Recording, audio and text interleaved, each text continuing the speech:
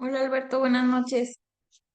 Oye, me estaba esperando a ver si se incluían más, pero no me llegaba en el correo que se metieran más, entonces pues yo creo que ya hay que empezar, ¿verdad? Para no quitarte tampoco mucho tiempo. No sé por qué no se habrán unido ahora más compañeros. ¿Si me escuchas ahí bien? Si quieres, dime por chat, no te preocupes. Ok. Bueno, nada más para efectos de que quede en la grabación. Si hay algún compañero que todavía siga teniendo problema con los cuestionarios, que no les aparezcan las clases anteriores, el material, o que no puedan entrar a su plataforma, accesar, etcétera, me dicen por favor, porque todavía hoy estuve ahí al pendiente de los mensajitos que me mandaban en el grupo y en privado para poder reportarlos y me indicaron que ya estaban en eso y que más tardar ya para esta semana quedaba completamente resuelto ese tema. Entonces, para quienes vean la clase después, me dicen por favor si continúan presentando problemas estos días. Les agradecería que lo hicieran así como lo estaban mandando en el grupo, con su matrícula, su grupo, y si quieren también ahí su nombre para reportarlos en lo específico, ¿verdad? Esperemos que ya se resuelva y esperemos que no se repita la situación. De todas maneras, si siguen presentando problemas con el cuestionario y les preocupa su calificación, no hay tema con eso, se les va a dar más tiempo, ¿verdad? Como en las ocasiones anteriores, pero sí me gustaría que me lo hicieran saber para yo reportarlo y poder hacer eso, ¿verdad? También por si necesitan que les comparta la clase por otro medio, las diapositivas por otro medio, igual me dicen, para facilitarles su clase, ¿verdad? Porque pues son cosas que no dependen de ustedes y desafortunadamente de mí tampoco, pero es cuestión del sistema. Entonces, bueno, ya una vez dicho, ok,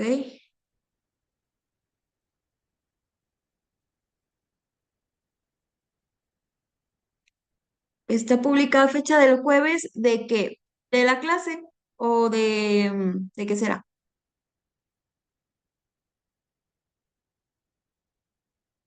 Ah, caray. Yo creo que fue otra vez algún problema con con el sistema, ¿verdad?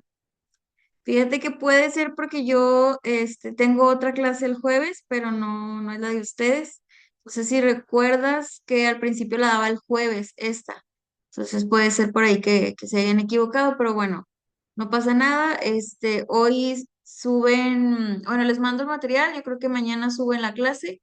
Y en caso de que quieran, los compañeros que vean la clase después, grabada, que nos reunamos nuevamente el jueves por si tienen alguna duda, con todo gusto yo lo hago, ¿verdad? Nos ponemos ahí de acuerdo. Si se les amontona, porque creo que tenían una clase por ahí el jueves, pues me dicen. Y si no, pues la podemos acomodar otro día o me mandan sus dudas o hacemos una sesión pequeña para preguntas y respuestas nada más de lo que hayan visto hoy en la clase, ¿verdad? Aunque sea más breve, para, pues sí, evitar que se queden ahí con alguna duda, con algún punto del tema que vamos a ver hoy incompleto, porque sí, pues me gustaría por lo menos que hubiera un poquito más de compañeros que se hayan unido, pero no hay problema. Entonces se debe a eso. Se me hacía raro porque ya tengo identificados a quienes sí se unen siempre. Pero bueno, yo creo que debió hacer también una confusión por parte de administración o otra vez un problema de las plataformas. Pero sí, como les digo, si tienen duda después de lo expuesto ahorita, que se los voy a dejar grabado, me dicen y con todo gusto podemos hacer una sesión de preguntas y respuestas.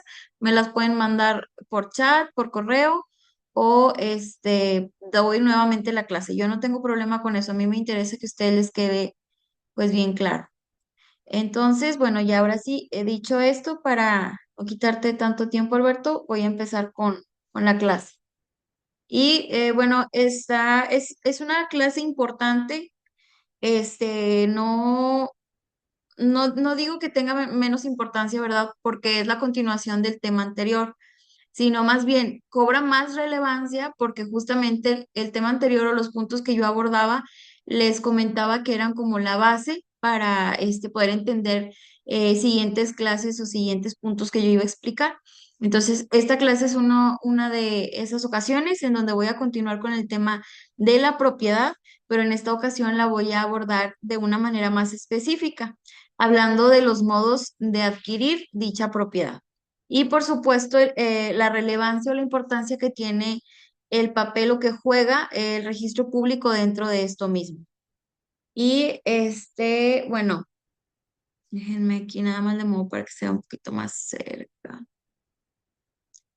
Ay, no me deja. A ver aquí. Ahí está, que se veía muy chiquito.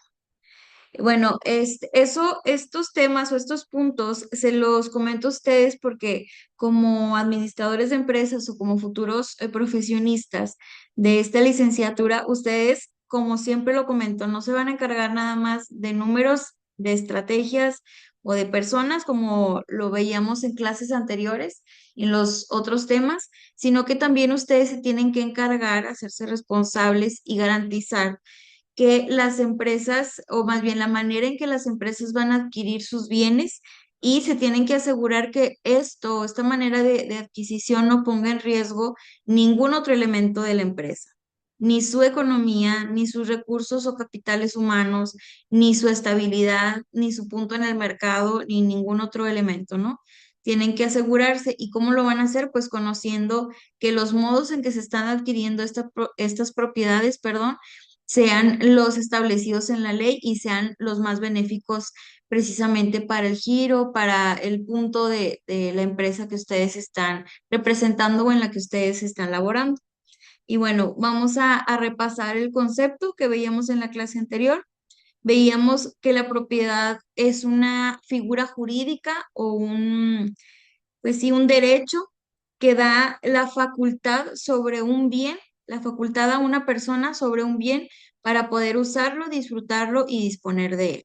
En la clase anterior desglosamos muy bien este concepto, lo ejemplificamos, lo fuimos diciendo paso con paso, entonces en esta ocasión no lo voy a repetir, nada más quería volver a comentar que es una figura jurídica que da el derecho o la facultad a una persona sobre la propiedad o sobre la cosa o el bien, de usarlo, disfrutarlo y disponer de él, ¿verdad? También aquí dentro de este mismo explicación que dábamos en la clase anterior, veíamos sus elementos, ¿verdad? Algunos de sus elementos. Hablábamos de el ius utendi, el ius fruendi y el ius abutendi. Estos había yo planeado un poco aquí hacer interacción con ustedes a manera de ejemplos y preguntas, pero vamos a tener que dejarlo, para la sesión si quieren hacer alguna o si no para la siguiente clase, el siguiente martes, si es que todavía está en calendario, como retroalimentación en los primeros minutos de la clase. Y bueno, como no lo vamos a poder hacer ahorita para no bombardearte, Alberto, con preguntas, nada más voy a repetir lo que era mi intención preguntarles. El ius utendi, hay que recordar que es el derecho de usar, el derecho de usar sin alterar la cosa.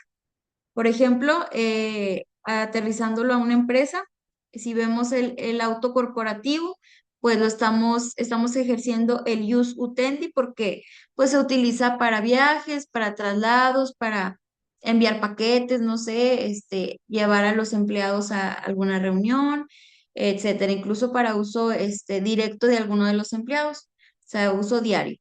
Es decir, está cumpliendo, se está ejerciendo el ius utendi que se está usando para perdón, principal que se tenía. No se altera, ¿verdad? Luego tenemos en segundo lugar el ius fruendi, que como les comentaba, pues fruendi es frutos, ¿no? Es el término en latín que habla de los frutos. En este caso específico, pues es el disfrute del bien. Y también veíamos que hay tres tipos de frutos. Los veíamos desde el punto del derecho civil o la teoría civil en general, y los veíamos también ejemplificándolos o explicándolos en el derecho de las empresas o más específico para el ejercicio de su profesión. Había tres tipos de frutos que vamos a igual a repasar en la siguiente clase o en la sesión si es que la quieren llevar a cabo. Estos eran naturales, civiles e industriales. Explicábamos que si nos abordamos para el derecho civil, los frutos naturales son aquellos que provienen de la naturaleza, los industriales son aquellos que provienen de la naturaleza, pero que requieren de la intervención de la persona, del humano, para poder tenerlos, y los frutos civiles, que son aquellos que se obtienen de las rentas, ¿no? Abordándolo desde el punto empresarial, pues vamos a decirlo básicamente que se divide entre los frutos industriales y los naturales, que son la producción, y los civiles vienen siendo las ganancias, ¿verdad? Ya lo repasaremos más adelante de nueva cuenta con ejemplos y todo. Y por último, tenemos como elemento el ius abutendi, que les comentaba que es el derecho de disponer del bien. Esto, aunque la palabra disposición se entiende comúnmente como uso, pues va más allá, porque hablamos ya del ius utendi, que es el uso del bien, pero veíamos ahorita que es el uso sin alterar la cosa. Y el ius abutendi es la disposición del bien, es decir, puedes hacer lo que quieras con el bien, lo puedes usar, lo puedes vender, lo puedes donar, lo puedes modificar o incluso lo puedes destruir, ¿verdad? Y de destrucción, pues no nada más hablamos de la eliminación del bien, sino que este mismo auto, pues por alguna razón, quieres vender en piezas o ya no funcionó y lo quieres, pues sí, no se está destruyendo, pero ya no se está conservando el fin principal, ni se está conservando originalmente la cosa. Igualmente, si ya no lo quieres, pues lo puedes vender. Entonces, eso es el ius abutendi, disponer en su totalidad del bien, más que usarlo nada más para su objetivo original. Bueno, eso nada más era a manera de repaso, pero es para que entiendan también el por qué se considera la propiedad como el derecho real más completo dentro del orden jurídico, porque esta figura te da la facultad o te da el derecho de usar, de disfrutar y de disponer. O sea, te da el derecho para todo respecto de este bien o esta cosa.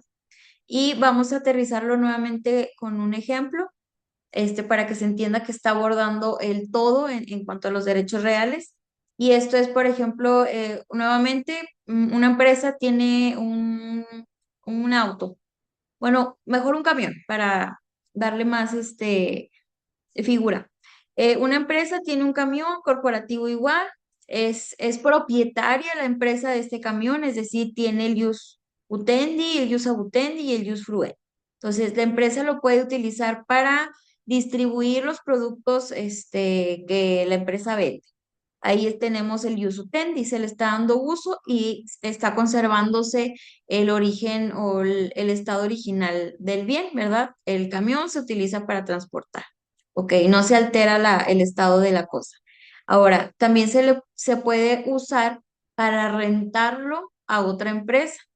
Entonces ahí tenemos el ius fruendi y en lo específico vemos los frutos civiles, ¿verdad? Y también hay que abordar el ius abutendi y esto es disponer del bien. Entonces, como les decía ahorita, pues ya la empresa no quiere el camión y se lo vende a otra empresa. Entonces, ahí ya se está haciendo un traslado, ¿verdad? Entonces, vemos que la propiedad de este camión abarca todo, el uso, el disfrute y la disposición. Muy bien, hasta aquí vamos bien, compañero Alberto y Dilka.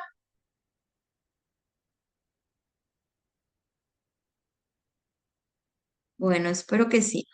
Me acabo de unir, maestra, pero sí, aquí estoy poniendo atención. Gracias. Muchas gracias, Ilka. Es que me comentaba Alberto que la clase estaba publicada para el jueves.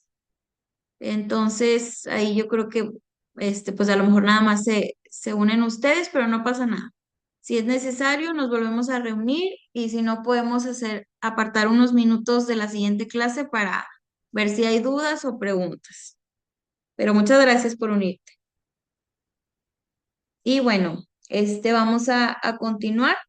Ya hablamos de estos ejemplos de la empresa y de cómo ustedes van a jugar un papel muy importante porque tienen que verificar y garantizar que las adquisiciones que lleve a cabo la empresa no afecten ningún elemento, ¿verdad? Les comentaba, ni económico, ni de capital humano, es decir, ni a los trabajadores, ni al giro de la empresa, ni al punto en el mercado que tiene o pues sí, la fama o el buen prestigio, etcétera, que no afecte nada, absolutamente nada de la empresa. Entonces, por ejemplo, si una empresa compra un terreno, recibe una donación, construye algo nuevo o se fusiona, por ejemplo, también con otra empresa, está adquiriendo propiedad.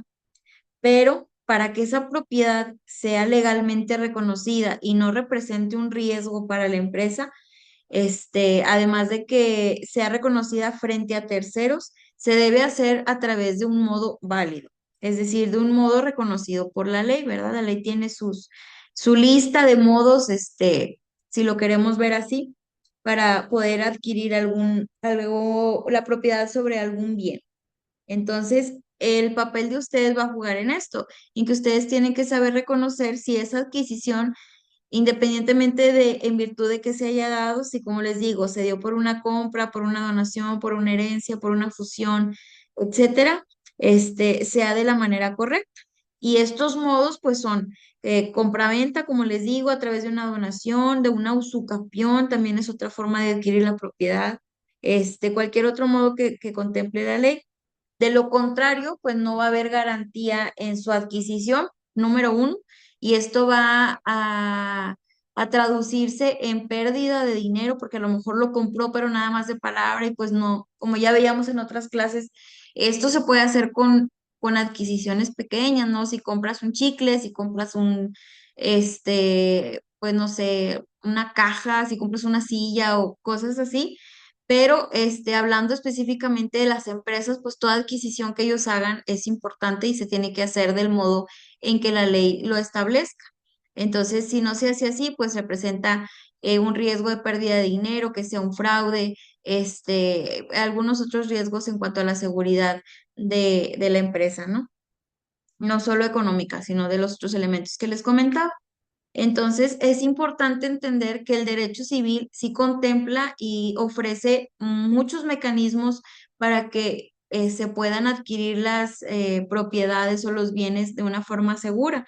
Y estos mecanismos se adaptan a los diferentes contextos sociales, al giro de la empresa, al objeto de esta adquisición, etcétera. Entonces hay que revisarlos, hay que estar muy al pendiente de los nuevos mecanismos que se van sumando a la legislación que sea aplicable, ¿verdad? No nada más a la de Nuevo León, sino a la que aplique en el lugar en donde ustedes vayan a ejercer. Y uno de los métodos más frecuentes, como vemos en pantalla, es el contrato. El contrato es el documento como tal en donde se está llevando a cabo el negocio jurídico, que sería el negocio jurídico correspondiente a la adquisición, ya sea una compraventa, un contrato de compraventa, un contrato de donación, un contrato de permuta, que bueno, la compraventa pues ya la conocemos todos, ¿no? Que es el intercambio de un bien por un monto económico, por un monto de dinero.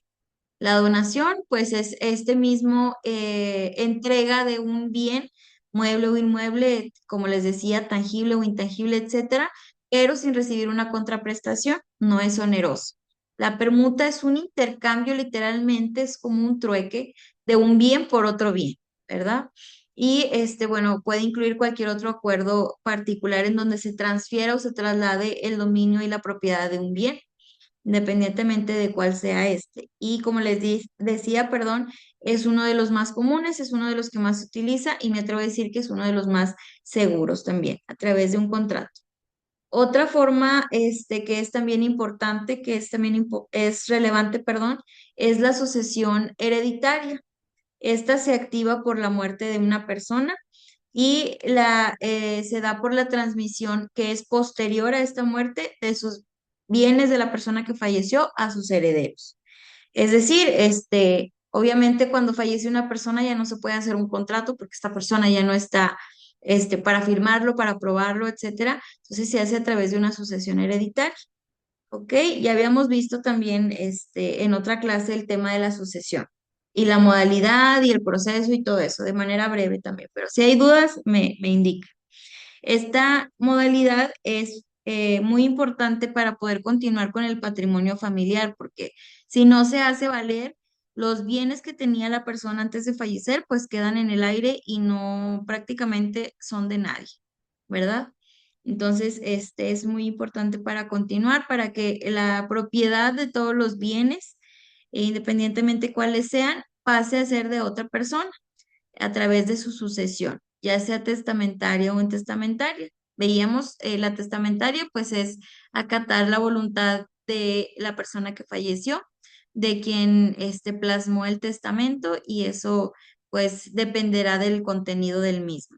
O puede ser intestamentaria, que este es cuando no hay una disposición testamentaria, cuando no se dejó testamento, entonces nos vamos a lo que marca la ley y lo que marca la ley pues es la sucesión legítima que corresponde al cónyuge o la cónyuge supérstite, es decir, el que vive, esposa o esposo, y los hijos. Luego también habla de en caso de que no haya cónyuge, pues quien adquiere, en caso de que no haya hijos, quien adquiere, habla de los ascendientes, es decir, de los padres, etcétera. No, no es tema de la clase, pero para que lo aterricen. Se puede hacer de estas dos formas y es igual de importante que el contrato. Es menos común en virtud de que el contrato, pues hay más contratos elaborados porque los hacen las personas vivas, ¿no? Y en la sucesión hereditaria, pues evidentemente, la persona solamente la puede hacer una vez, ¿no? Bueno, la sucesión en este caso. Y también tenemos la ocupación. La ocupación es lo que comúnmente conocemos como posesión. O sea, de que, ay, yo tengo esta casa porque soy posesionario, porque estoy ejerciendo posesión. O que vemos en las noticias de que, ay, pues es que una persona se posesionó de una casa Infonavit que estaba abandonada y pues ya es el propietario. Específicamente hablando de ocupación, hablamos de posesión, pero solamente sobre bienes muebles. Es decir, no sé si ustedes ya vieron en alguna clase la diferencia entre bienes muebles e inmuebles, perdón, pero pues los muebles precisamente son aquellos que se pueden mover. Es decir, un auto, maquinaria, instrumentos, etcétera. Y la ornamentación o los muebles como tal que les conocemos así a la casa, ¿verdad? Los muebles de la casa, que el sillón, que el refri, que la cama, que, etcétera. Esos son los muebles. Todo lo que se pueda mover. Y hablando de inmuebles, pues es precisamente lo contrario, lo que no se puede mover, es decir, los terrenos, las casas, ¿verdad? Por eso, siempre que yo hablo en clase de inmuebles, me estoy refiriendo a predios, a terrenos, a casas, a todos estos tipos de objetos, ¿no? Y cuando digo muebles, pues me refiero a todo lo demás que no incluya terrenos y casas, ¿verdad? Como les digo, maquinaria, a tractores, a carros, a pues cualquier otro objeto, ¿no? Que se pueda mover de su lugar. No había tenido la precaución de preguntarles, pero en caso de que no lo hayan visto, esto es. Y bueno, les decía, la ocupación únicamente se aplica a muebles, muebles mostrencos, dice la teoría, esto es sin dueños, es decir, que están abandonados. Por ejemplo, se da mucho en los ejidos, que, pues es que había un rancho y se quedó con toda la maquinaria y todo, no sé, un tractor, etcétera, porque el señor, el dueño, falleció o se fue con los hijos, a Estados Unidos, por ejemplo, y ya no regresó. Entonces, ya hace 3 años que se fue y pues están ahí esos, bienes muebles, ese tractor, esos arados, esos, herramientas para trabajar el campo, pues yo voy a ir por ellos, pues al cabo ya no va a regresar. ¿Y qué? Pues yo ya tengo ejerciendo la posesión sobre ellos 5 años y él regresa en 8 años, pues yo ya tengo la posesión y ya quiere decir que son míos. Esto es una forma de adquirir la propiedad. Esta persona que les digo adquirió la propiedad de ese tractor, de esos arados, de esa herramienta y maquinaria, porque ya pasaron 8 años, el señor, el propietario original nunca volvió, entonces a través de la ocupación adquirió la propiedad de los mismos. Y por último tenemos la usucapión. Esta sí es más conocida. Esta usucapión es precisamente la posesión, pero sobre bienes inmuebles. Es decir, ahora sí aplica lo que les decía de que se quedó con la casa de Infonavit que estaba abandonada, ¿verdad? Hay veces que lo que vemos en las noticias sí se da la propiedad, sí se adquiere a través de la usucapión, obviamente a través de un procedimiento judicial, que es lo correspondiente, o a través de algún programa o medio de regularización que proponga el Estado, debidamente autorizado. Pero hay ocasiones en que no, o sea, en que vemos de que, pues es que ya se apropió de la casa esa que estaba abandonada porque empezó a ejercer posesión, pero nunca hizo ningún proceso, este, pues debidamente llevado a cabo, proceso judicial o el otro que les digo. Entonces, pues realmente nunca se le adjudicó la propiedad como tal. Pero bueno, esto es la usucapión. Ustedes pues no se van a meter tanto a ese tema, pero sí tienen que conocer estas formas, porque vuelvo a lo que les comentaba. Si la empresa nada más adquiere, por ejemplo, un terreno en donde va a construir una nueva sucursal o donde van a llevar a cabo, ciertas operaciones, pues si adquirió el terreno y tiene mucha superficie y le costó 3 millones de pesos, o más, ¿verdad? Y lo hace nada más así de palabra con el dueño, pues no es válido porque el dueño cuando quiera puede ir a reclamarlo y decir que no, pues no es válido el trato que hicieron porque fue de palabra y pues desconoce, ¿no? Entonces ahí, ¿qué está pasando? Pues que es un riesgo para la empresa porque pues a lo mejor ya tenía ahí instrumentos, maquinaria, ya había construido, ya se había hecho más gasto, pues es un riesgo porque pues hay pérdida económica. A lo mejor también había personas trabajando ahí, pues llegaron y hubo alguna vulneración de derechos, etcétera. Entonces, en este caso, ustedes van a ser los responsables también porque no verificaron que la adquisición se hubiera dado de la manera en que es correcta dentro del marco legal, ¿verdad? Entonces, pues ahí ya hay una vulneración a varios elementos de la empresa. Mm, sí, sí es posible en la pregunta que haces, Alberto. Siempre es, bueno, cuando ya se lleva a cabo de manera formal, siempre es mejor que todos los pagos correspondientes a bienes muebles o inmuebles se hagan por parte de quien está ejerciendo la posesión. Pero, por ejemplo, si la persona, como dices tú, está, bueno, siguiendo el ejemplo, vamos a decir que el dueño de un carro que se quedó ahí abandonado fuera de su casa y el dueño se fue a Estados Unidos o al extranjero y pues ya no regresó, él sigue pagando la tenencia porque él tiene la idea de que el carro está allá fuera de su casa y esta persona que se está intentando adjudicar la propiedad del mismo, pues no paga porque ya está pagando el otro, pero tiene como tal el dominio o bajo su dominio, bajo su uso, este vehículo, también es posible que se ejerza la adquisición de la propiedad sobre él, porque aunque el otro está pagando la tenencia, no está ejerciendo propiedad, entonces no está interrumpiendo esa posesión. Es más difícil porque judicialmente, pues la otra persona, el dueño del carro, sí puede ir a presentar una demanda en contra de pues presente los pagos, etcétera. Esto es a consideración del juez, pero sí se han dado casos en que aún pagando la tenencia y los pagos correspondientes, inclusive los pagos de la agencia, la persona que lo tiene en su propiedad, se le llega a, ¿cómo les diré? Pues sí, se les llega a dar la propiedad como tal y ya no, la otra persona, aunque haya hecho pagos, pues ya pierde su cargo. Depende, como les digo, de las circunstancias específicas, pero la mayoría de las veces va por encima el uso que tú le estás dando, o sea, que tú lo tienes bajo tu dominio, a cualquier otro, pues, pago o cumplimiento de obligaciones que se hayan tenido sobre él. No sé si eso responde a tu pregunta.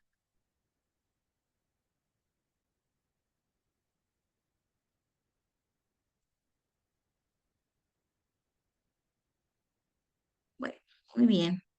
Pero sí, les digo, es un tema complicado, así que no dejen nunca sus bienes abandonados, pero se hace a consideración del juez, pero sí, la mayoría de las veces va por encima el uso o el dominio del mismo, sea bien mueble o inmueble. Y bueno, les hablaba de la usucapión, que les decía que es la posesión de los inmuebles. Esta, ahorita vamos a ver más adelante sus especificaciones, pero es pues la posesión continua, pacífica y pública durante el tiempo que determine la ley. Este tiempo depende de la normativa aplicable de la legislación del lugar en donde ustedes se encuentren, pero es muy similar entre todos. Por ejemplo, aquí en Coahuila también es de 5 años de buena fe y 10 años de mala fe. Ya casi en juzgados la mala fe no se toma muy en cuenta, ¿verdad? Es más difícil, pero sí se puede dar. ¿Qué les estoy hablando de buena y mala fe? Buena fe es cuando tú eres, por ejemplo, este caso que les decía de la empresa, que la empresa compra de palabra este terreno, pues él se cree que es el propietario porque entregó un monto a quien era el dueño.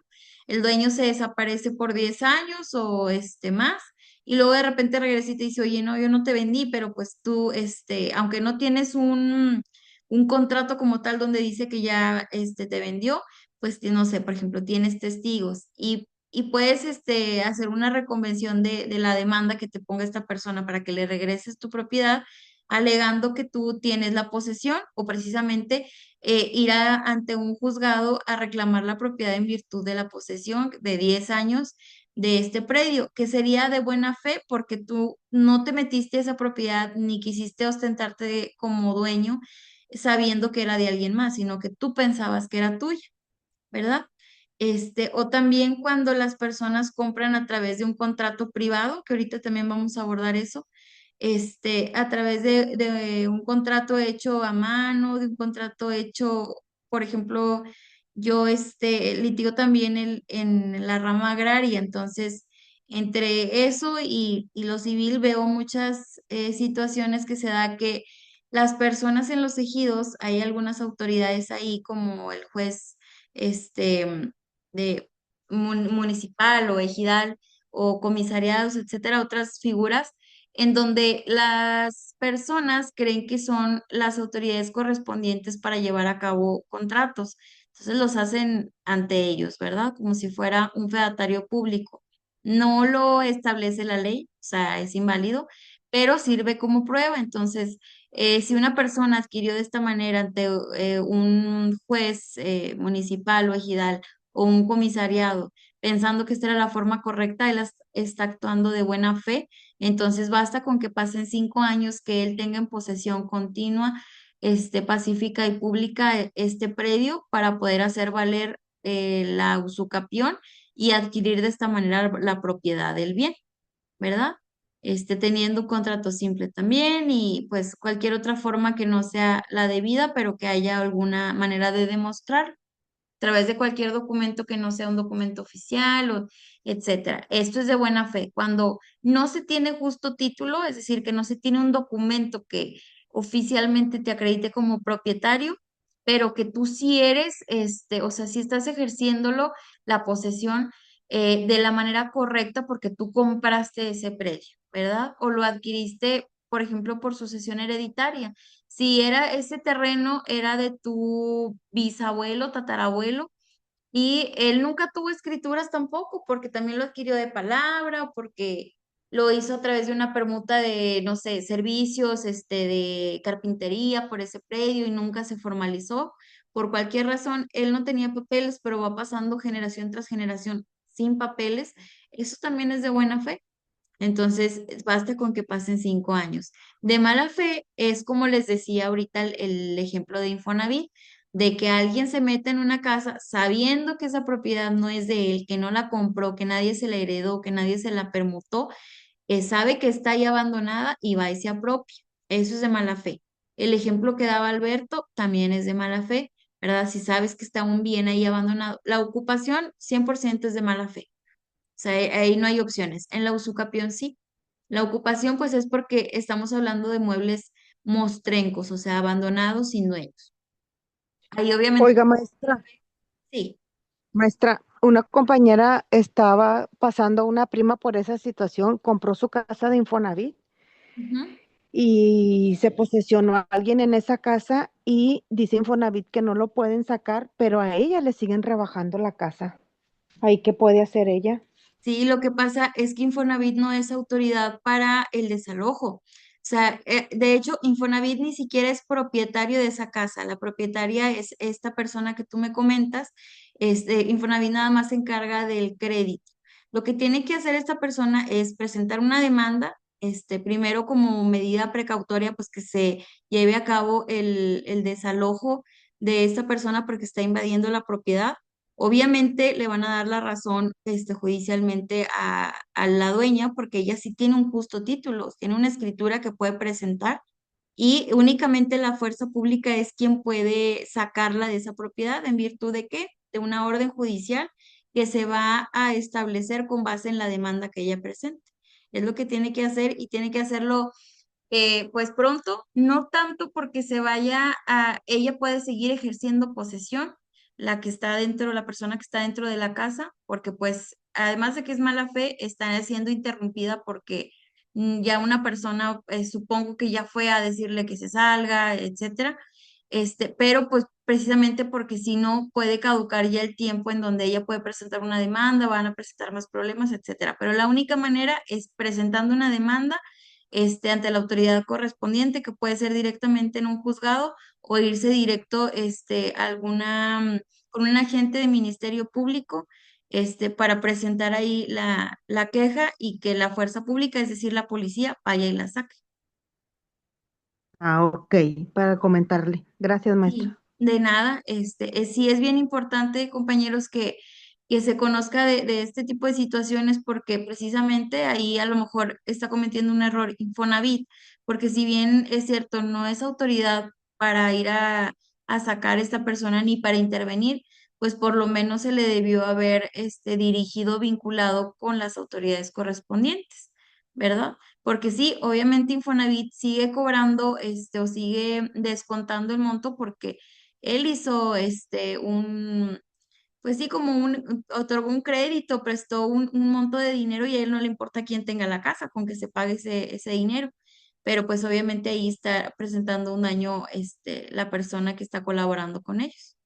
Pero bueno, ese es un ejemplo muy claro, ven cómo sí pasa. Les digo, sucede mucho en las casitas de Infonavit, en las que me fíjese que no me había pasado más que en 3 ocasiones que había escuchado de una persona que sí estuviera pagando todavía su casa y se la invadieran, porque realmente eso es una invasión, ¿verdad? Está invadiendo propiedad privada y pues se le tiene que desalojar o desahuciar. Pero me había pasado también mucho que quienes presentaban las demandas de desalojo o para interrumpir una usucapión era el propio Infonavit, porque Infonavit pues sí, da créditos de casas a veces o los bancos, las personas ya no pueden pagarlo, de plano ya pues se les dieron varios convenios o varias formas de pago, no lo pagan y pues se terminan retirando estas casas, ¿verdad? Pero ya las personas que adquirieron el crédito ya no figuran ahí, pero la casa precisamente se queda abandonada.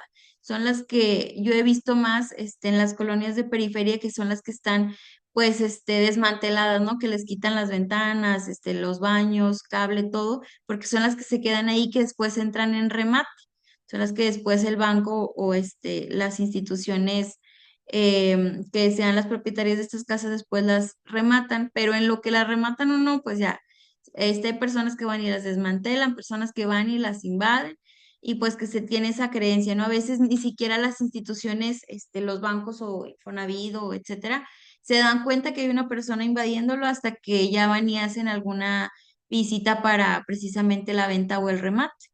Entonces me había pasado muchas veces este tema, pero casi nunca me había tocado ver algún tema como el que nos comenta aquí Edith, pero pues les digo, sí pasa. Lo había visto nada más, me parece que en 3 ocasiones.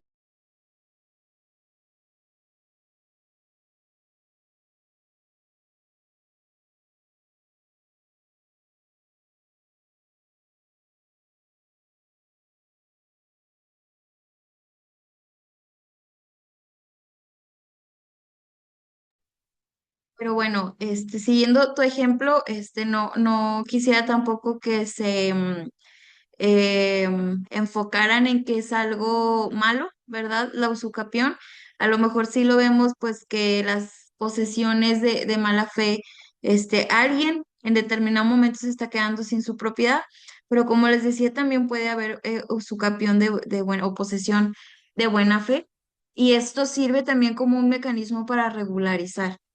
A mí en mi trabajo me tocan muchos, demasiados asuntos. Como les digo, veo mucho los temas agrarios que después se convierten en civiles. Y una de las soluciones que la mayoría de las ocasiones damos a la falta de regularización o la falta de algún documento jurídico que acredite la propiedad para las personas, precisamente de los ejidos, es la usucapión. No estamos afectando a nadie porque sí, efectivamente, en algún punto estas personas compraron. El vendedor estaba de acuerdo, pero a lo mejor el vendedor ya falleció y ya no es tan viable llevar a cabo una, sucesión, un procedimiento sucesorio, porque pues esta persona que le vendió falleció hace muchos años y ya hay que hacer no solo un juicio, sino dos o tres o cuatro más por la estirpe, que también les explicaba en otra clase, pues de todas las personas que son herederos, a lo mejor ya algunos fallecieron y tienen que representar los hijos de estos, los nietos, etcétera. Entonces, nosotros valoramos, las vías que sean correspondientes. Y me atrevo a decirles que la mayoría de las ocasiones la vía más accesible, tanto en tiempo como en costos, es la usucapión. ¿Por qué? Pues porque les digo, luego intervienen otros elementos. A lo mejor la persona que les vendió hace muchos años, pues les vendió, vivía ahí cerca, no sé, en el mismo ejido, que les digo que es donde más me pasa, y ya se fue a vivir a otro lado y la persona que compró, el que está ahorita viviendo ahí, ya le perdió rastro, no tiene ni teléfonos ni nada, o a lo mejor ni siquiera se sabe ni su nombre completo de esta persona, pues nada más que era Lupita Pérez, pero pues hay cientos y miles de Lupitas Pérez. Entonces, pues ya no es viable hacer regularizar a través de una compraventa. Se puede hacer un juicio de otorgamiento de escritura y otras cosas, pero también implican otros elementos, ¿verdad? O precisamente lo que comentaba ahorita, que hay un medio de regularización ahorita que no todos los estados lo tienen, pero hay algunos, que es para precisamente regularizar estas tierras. Y esto se da no a través de un proceso judicial, sino a través de una autorización del Congreso, de que se haga a través precisamente de una usucapión o de una, en este caso se le llama perpetua memoria, en donde tiene ya pues viviendo o ejerciendo posesión algunos años, cumple con los requisitos de ley y el mismo estado o el municipio le otorga, a través de la institución correspondiente, evidentemente, le otorga la propiedad a la persona, ¿no? Entonces son mecanismos también de beneficio y de apoyo a la sociedad. No únicamente son con el fin de quitarle algo a alguien injustificadamente, ¿no? Sino es que se haga valer esto y pues también, aunque se le conozca al dueño, a veces al dueño original, al que se le compró de manera incorrecta, por ejemplo, a través de un contrato privado, un contrato ante el juez municipal, etcétera, como les decía, porque les digo juez, pero no es un juez, o sea, de juzgado, o sea, es una persona que es parte del ejido y que a manera de votación se eligió para que sea como un interventor en determinados casos simples. Por ejemplo, en los casos de que haya conflicto, pues entre vecinos, interviene. Ese tipo de autoridades que son importantes para las comunidades o los ejidos, pero que no tienen facultad para llevar a cabo este tipo de actos, ¿verdad? No tiene validez. Es Entonces, el comisariado, maestra. sí, es que Le llaman hay dos comisariado. figuras. El comisariado nada más tiene efectos en los temas agrarios, que bueno, ya en los ejidos hacen lo que quieren y también el comisariado interviene en lo civil, pero también tiene una figura que se le llama juez. Ellos le llaman juez civil, pero pues ni es juez ni es juez civil tampoco. Pero Es que les mi digo, mamá tenía un terreno acá en Rinconada y ah, cuando quiso checar lo del testamento de acá, el notario público estaba arreglando a mi mamá lo de su casa y le comentó de acá, de un terreno acá en Rinconada, acá en García, y él le dijo que él no tenía, ¿cómo dijo? Yo no tengo jurisprudencia, ¿cómo? Como que Jurisdicción. él no tenía, sí, yo no tengo jurisdicción en ese tipo de terrenos, dijo eso se arreglan precisamente con el comisariado, con el papel que te entrega, la firma y un sello que él te pone. Sí, miren, déjenme, les doy tantito contexto para cultura, general, para que se quede aquí y vean los compañeros también. Ya ven que les decía ahorita que una cosa es el derecho agrario y otra cosa es el derecho civil. Son dos ramas independientes, pues en el derecho, ¿no? Y en cuanto a las propiedades se ve mucho. ¿Por qué? Porque en los ejidos de toda la federación, de todo el país, hay, propiedades que corresponden al derecho agrario. Estas propiedades que corresponden al derecho agrario se designaron así a través del Registro Agrario Nacional y la Secretaría de Desarrollo Urbano y Agrario y Territorial en virtud, hace muchos años, ¿verdad? En virtud de que estos predios, le correspondían como tal a elegido. O sea, eran de orden, público, no eran de orden privado, pero se hacían reparticiones a los ejidatarios, se les llama, que son los miembros precisamente de un ejido. No toda persona que viva en un ejido es un ejidatario. Solamente son aquellos que desde un inicio, desde el origen, formaban parte del ejido y eso pues se iba trasladando generación tras generación como la sucesión. Entonces, ahorita actualmente hay un grupo determinado de ejidatarios, puede ser pequeño, puede ser muy grande. Hay ejidos que tienen grupos de ejidatarios hasta de 1,000 personas, ¿no? Entonces, esos terrenos que les digo que en un inicio eran de orden público, y que correspondían al ejido, obviamente ya pues regularizaron a través del Registro Agrario Nacional y corresponden a un padrón, a una lista que pertenece al ejido como tal, pero inscrito, porque el registro es como el registro público de la propiedad, pero el Registro Agrario Nacional pues es de estas propiedades agrarias, ¿no? Entonces, estas propiedades se les repartían a los ejidatarios para que ellos las pudieran aprovechar y subsistir de ellas, porque pues era un grupo vulnerable, ¿no? Desde el origen. Entonces, estas propiedades eran para que ellos sembraran, para que ellos tuvieran ahí a su ganado y así diferentes cosas, ¿no? De acuerdo al lugar del país en donde se llevara a cabo. Acá de este lado, de la zona donde estamos nosotros, Coahuila y los alrededores, ese era el fin, la agricultura y la ganadería. Entonces, estas propiedades pues inicialmente eran para eso, se le repartían a este padrón de ejidatarios, a esta lista de ejidatarios, y ahí el derecho civil no hacía nada, no entraban ni notarios, y hasta la fecha, no entran ni notarios, ni jueces, ni ningún autoridad o persona que corresponda al derecho civil. Ellos tienen su propia ley, que es la ley agraria, su propia normativa, cientos de reglamentos, su propio registro, haz de cuenta que es una cosa por aparte, ¿verdad?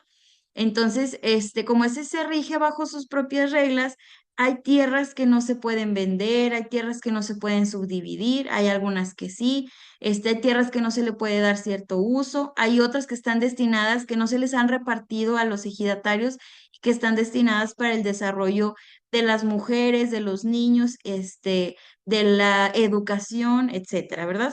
Es muy amplio, pero es muy bonito y muy interesante. Pero supongo que en el caso que comenta Edith, el predio del que se estaba hablando era una parcela. Las parcelas, sí, como les digo, corresponden únicamente al derecho agrario. O era una parcela o era parte de un predio que aún no se autorizaba la repartición. Si es una parcela, le digo, corresponde al derecho agrario y en lugar de ir a hacer valer un testamento, a una notaría, se tiene que ir al Registro Agrario Nacional para ver la lista de sucesión. La lista de sucesión es exactamente lo mismo que un testamento, pero mucho más sencillo. ¿Por qué? Porque es un sobre que el ejidatario, que la persona que tiene estos derechos, va y, obviamente en vida, va al Registro Agrario Nacional y le dice ahí a la autoridad correspondiente, algún colaborador, que quiere dejar su sobre. Ellos lo conocen como sobre, porque está literalmente dentro de un sobre. Es una lista de sucesión en donde les dice, yo quiero dejar a fulano y perengano como mis herederos. La diferencia ahí es que nada más se puede dejar a una persona. Sí, por eso precisamente es una lista. Puedes dejar tú a 100 personas si quieres, pero nada más uno, que va a ser el primero en lista, va a tener el derecho. Si el primero en lista fallece para cuando se haga valer ese derecho o rechaza los predios o lo que se haya quedado en esa lista de sucesión, sigue el segundo y así sucesivamente. Pero para los efectos de la explicación que les estoy dando, así es como se tienen que abordar las propiedades agrarias. Pero ahora otra cosa. Como estamos hablando de ejidatarios, es decir, personas que corresponden a un ejido, y esto lo digo sin ningún afán de ofender, yo viví muchos años en un ranchito, mis papás también, como les platicaba en una clase y todo, las personas desconocen mucho de la información. También los citadinos, ¿verdad? Todos desconocemos de alguna información, no todos sabemos todo, pero precisamente ellos, por el tema de que no tienen tanto acceso a la información, desconocen de muchos puntos y así en palabras vanas hacen lo que quieren.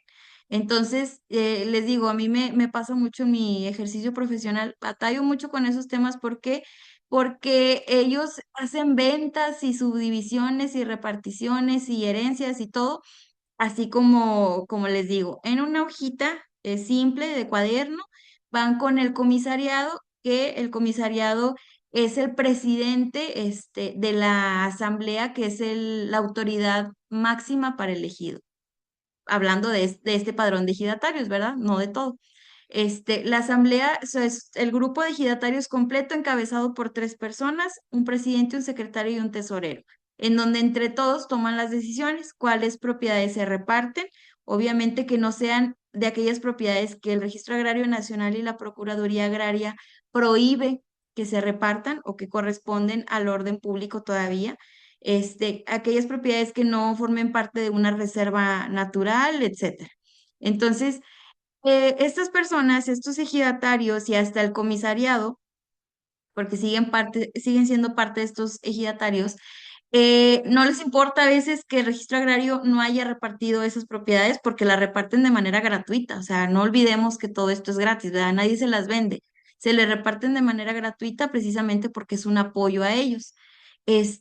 No les importa que el Registro Agrario Nacional no haya aprobado esa repartición, no les importa que a lo mejor es parte de una zona protegida, natural protegida, etcétera. Entonces, a veces hacen este tipo de reparticiones a los miembros del ejido, a los ejidatarios y ejidatarias, y cuando se quiere, por ejemplo, que el ejidatario o ejidataria fallezca y se quiere hacer valer esta sucesión, no te la va a poder hacer un notario ni un juez civil, primero porque ellos no entran ahí, y la otra es que tienes que hacerlo de manera interna o privada con el comisariado para que se te traslade la posesión de ese predio, porque no está regular.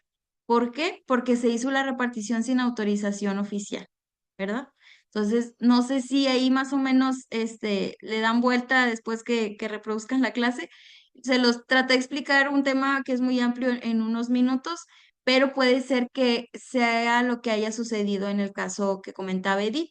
Uno, que el notario dijo, pues yo no me meto porque eso es agrario y yo no tengo jurisdicción precisamente ahí, sino las autoridades agrarias, que en este caso sería el RAN, el Registro Agrario Nacional, y la Procuraduría Agraria, que ellos te indicaran qué hacer, si abrir la lista de sucesión y ver quién estaba como sucesor, como heredero en esa lista, o bien regularizar de manera interna, es decir, que ahora tú ejercieras la posesión sobre ese fracción de terreno o terreno, predio mal repartido, o bien que arreglaras, regularizando esa mala repartición, ¿no? Que ya fueras con las autoridades correspondientes, el Registro Agrario Nacional y la Procuraduría, y que te indicaran cuáles son los pasos siguientes para que puedas regularizar ese predio. No sé si me expliqué, Edith.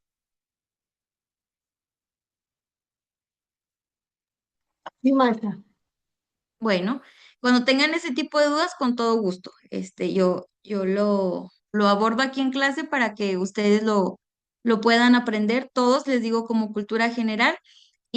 Porque obviamente también, o sea, si lo aplicamos a las empresas o al lugar donde ustedes vayan a desarrollarse, imagínense que ustedes trabajan para, ¿qué les podré decir? Bueno, cualquier empresa una recicladora, por ejemplo. Y la recicladora, lo que les decía el otro día, que pueden representar limitaciones, ¿verdad? Que sean administrativas o de cualquier otra índole. La empresa compra un terreno de 20 hectáreas a un ejido o a un ejidatario. La empresa nada más lo hace en contratos privados, el mismo, no sé, jurídico de su empresa hace el contrato, lo elabora, no van con un fedatario público, el mismo jurídico no se da cuenta, o a lo mejor no lo hace un jurídico, no lo hace un abogado, sino un director, un administrador, que no van a ser ustedes porque ustedes sí conocen de esto, pero algún administrador que no haya tenido esta clase y van a decir, no, hombre, así mero con un contrato que yo hago. No se meten al registro público, por eso el tema de esta clase también es registro público, a verificar que esa propiedad precisamente esté inscrita en el registro público a nombre de esa persona que está vendiendo, que no tenga limitaciones, que no tenga gravamen, etcétera. Lo compra y después resulta que les cae Semarnat y les dice, a ver, ¿tú por qué estás haciendo aquí una construcción o instalación de maquinaria de tu recicladora? No, pues es que yo compré. A ver, échame el documento donde compraste. No, pues el contrato. Ah, pues lo ves súper simple y Semarnat te dice, bueno, pues no me interesa que lo hayas comprado o a quién se lo hayas comprado. No revisaste primero que es un terreno ejidal. Es decir, no se puede vender. La ley agraria dice que las parcelas son inalienables, imprescriptibles e inembargables, indivisibles también. Es decir, no se pueden dividir, no se pueden vender y no se pueden embargar, precisamente porque la intención, como les decía ahorita en la explicación, era ayudar a este grupo vulnerable, entonces, pues no lo iban a vender, sino que iban a explotar las tierras, ¿verdad? Entonces le dice Semana, en primer lugar, es terreno ejidal. Tú no pudiste haberlo comprado mediante este contrato que tú hiciste porque estos predios no se pueden vender así. Hay un proceso ya de enajenación de ventas, pero lo tienes que llevar a cabo en el Registro Agrario Nacional. Si tú lo hubieras llevado a cabo en el Registro Agrario Nacional, te hubieras dado cuenta que estás en tierra que es parte de la zona protegida, zona natural protegida o que a lo mejor no es área natural protegida, pero que sí tiene algunas especies que son endémicas o que están protegidas precisamente por la Semarnat y no puedes darle cierto uso a estas tierras. Puedes a lo mejor dar un impacto ambiental que sea agrícola, o ganadero, pero no puedes poner una recicladora o una empresa industrial o etcétera, ¿no? Entonces, les digo, ustedes tienen que conocer de estos temas, de que hay dos rubros de las propiedades, de que las pueden adquirir a través del derecho civil o a través del derecho agrario.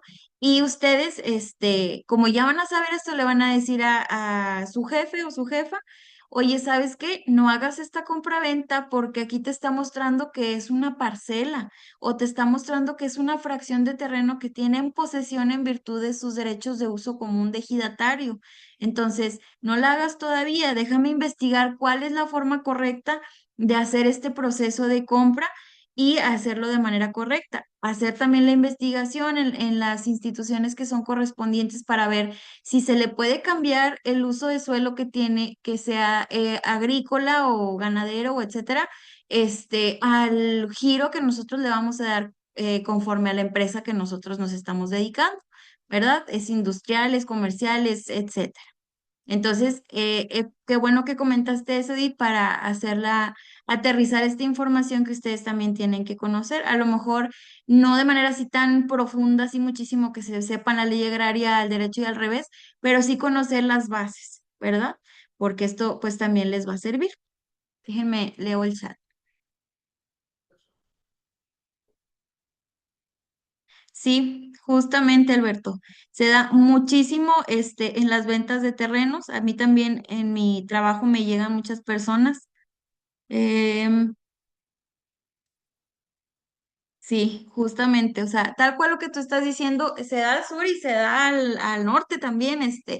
En Coahuila, ya ven que les decía de Arteaga que es un pueblo mágico muy turístico, pues se está dando mucho esta forma de trabajo o de ingreso para las personas que viven en él. Es un municipio, pero es un ranchito, ¿verdad?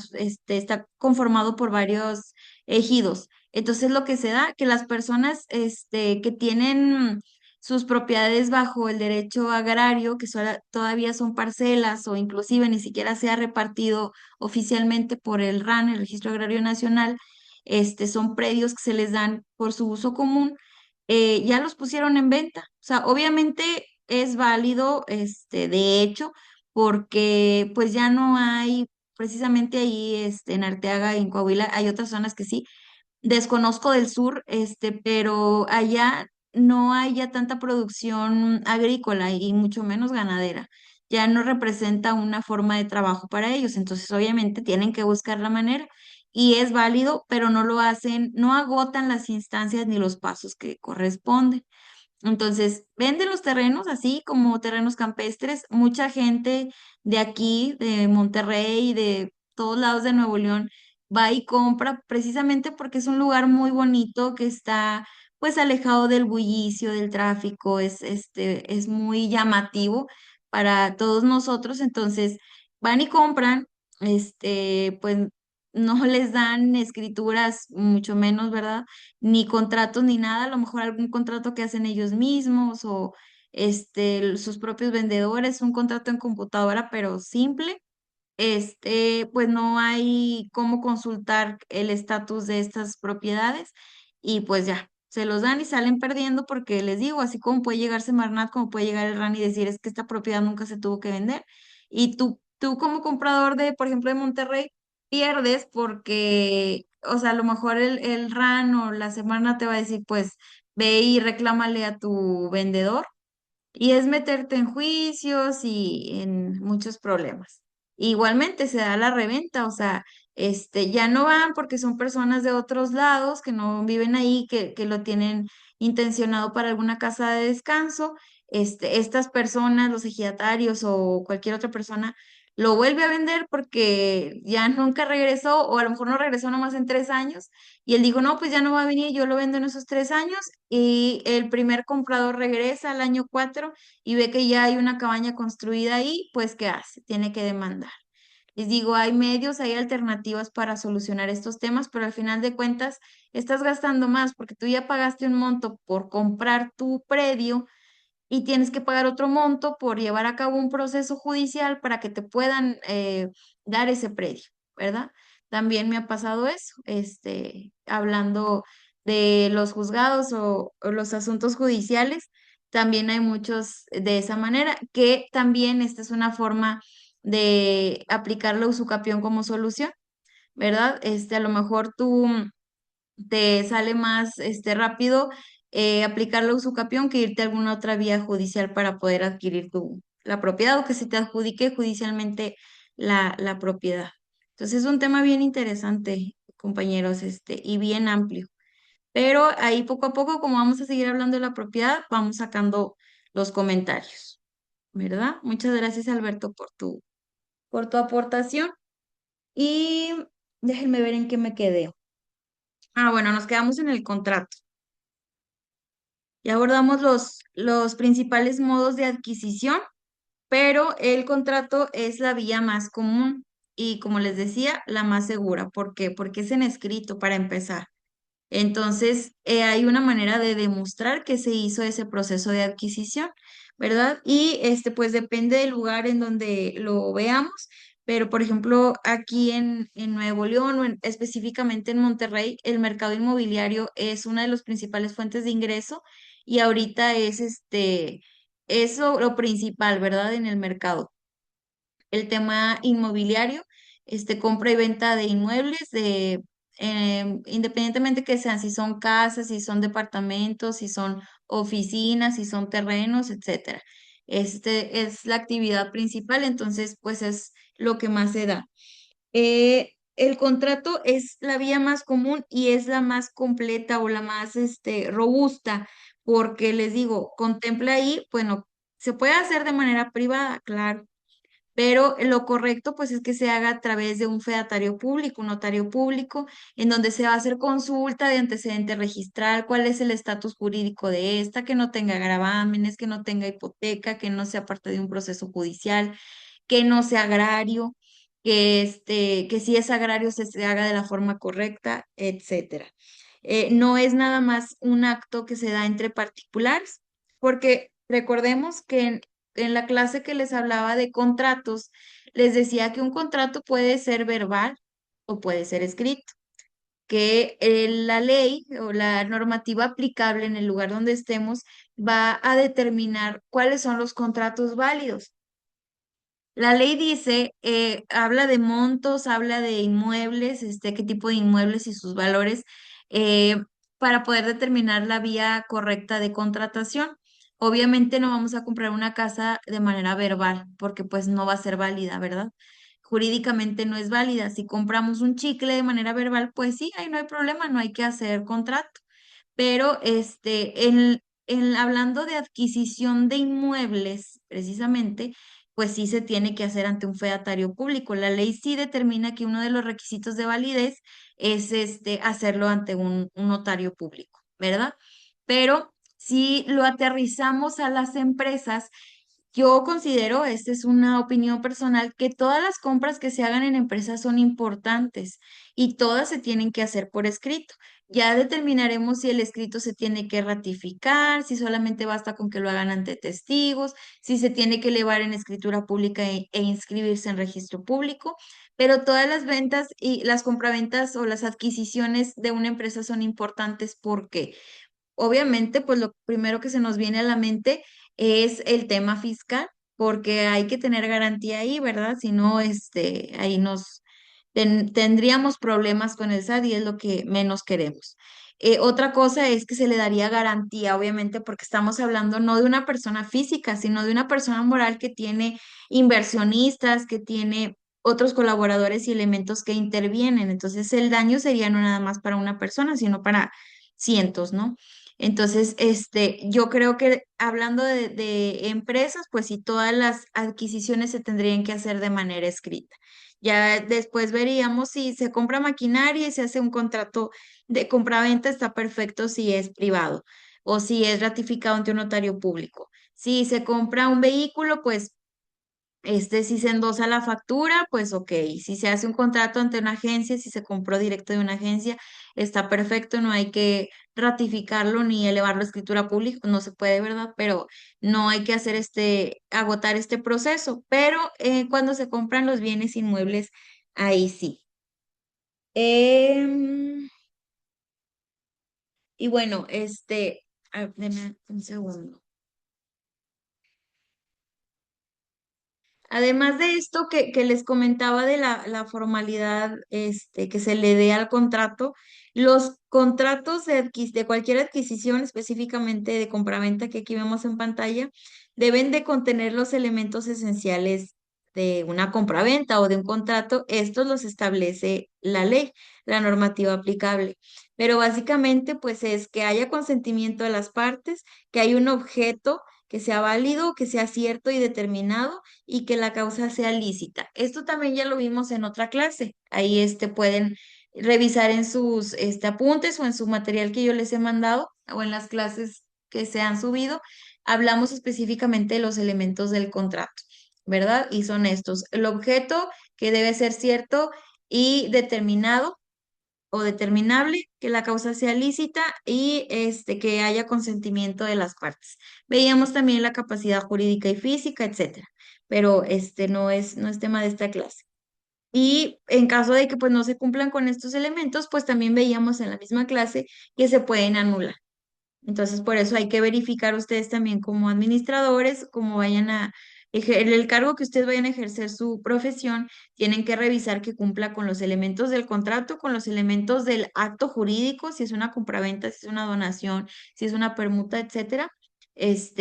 Tienen que verificarlo para que sea válido.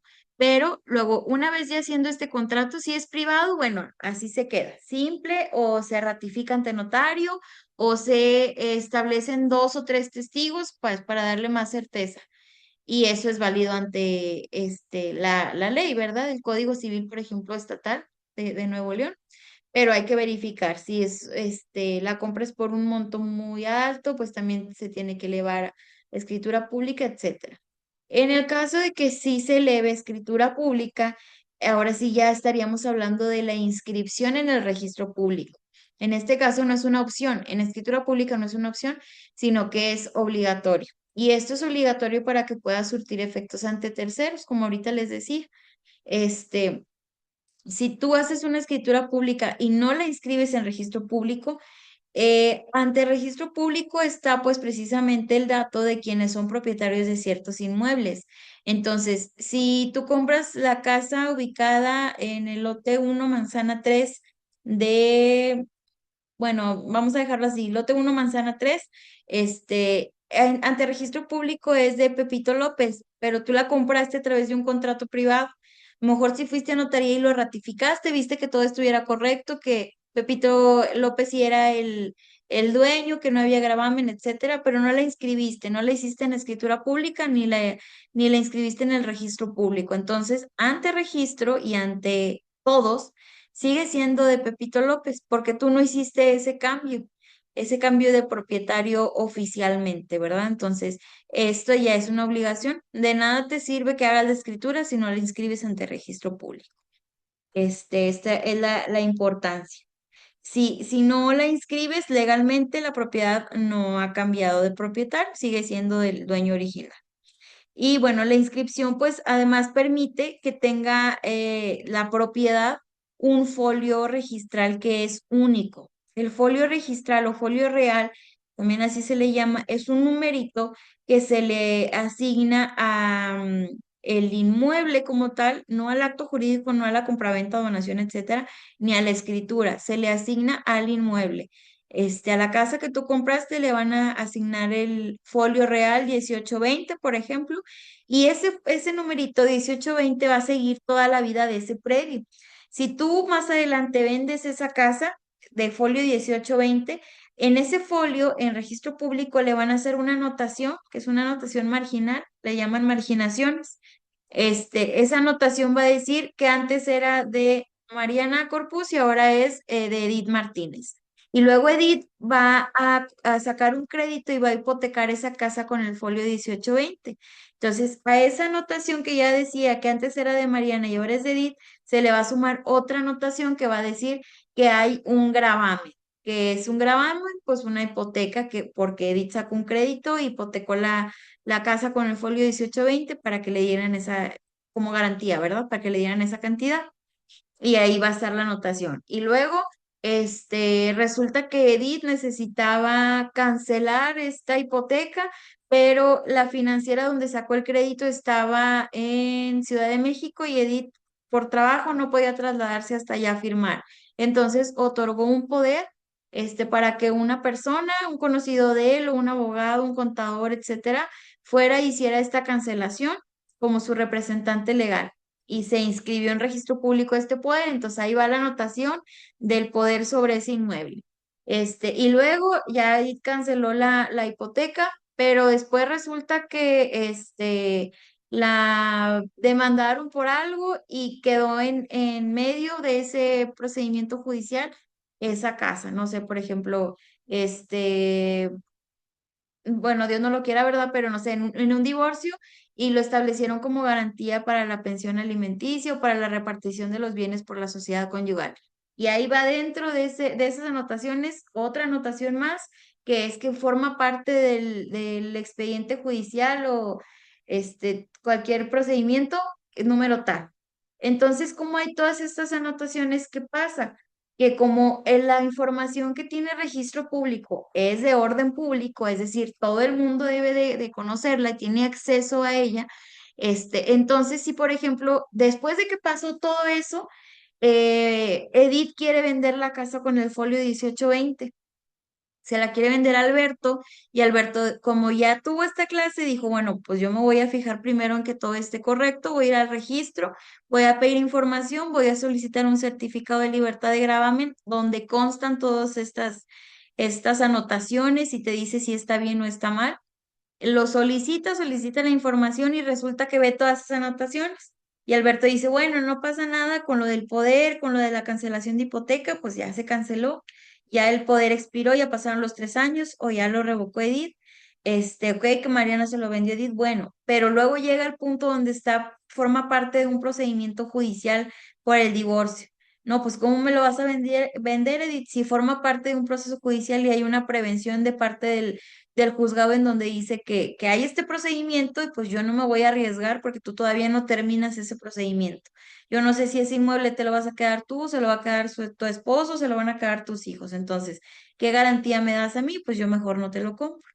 ¿Verdad? Entonces, ese es el papel que juega registro público dentro de las adquisiciones de propiedad, de que te da certeza jurídica tanto a ti como comprador, como si eres director, o cualquier cargo que tengas en una empresa. Tú mismo como colaborador haces esa búsqueda de información, vas al registro público y le dices a quien sea tu superior, oye, no, o quien te pida la autorización de la compra.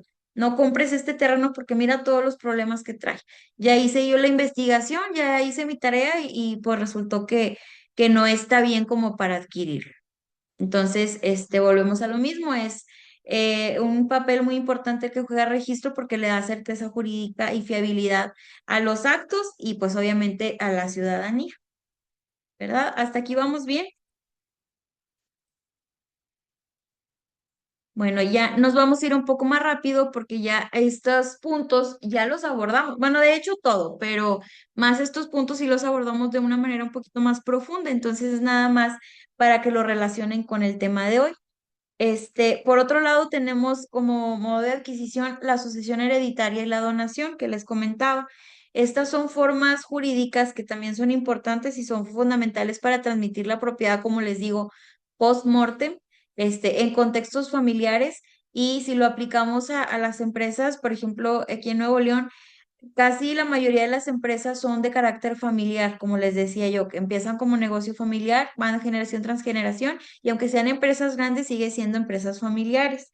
Entonces, estas empresas forman parte del legado de entre generaciones y la sucesión hereditaria y la donación, pues forman parte de las soluciones o de las figuras que permiten asegurar la continuidad de este patrimonio sin que tenga que aplicarse operaciones comerciales como compraventa, ¿verdad?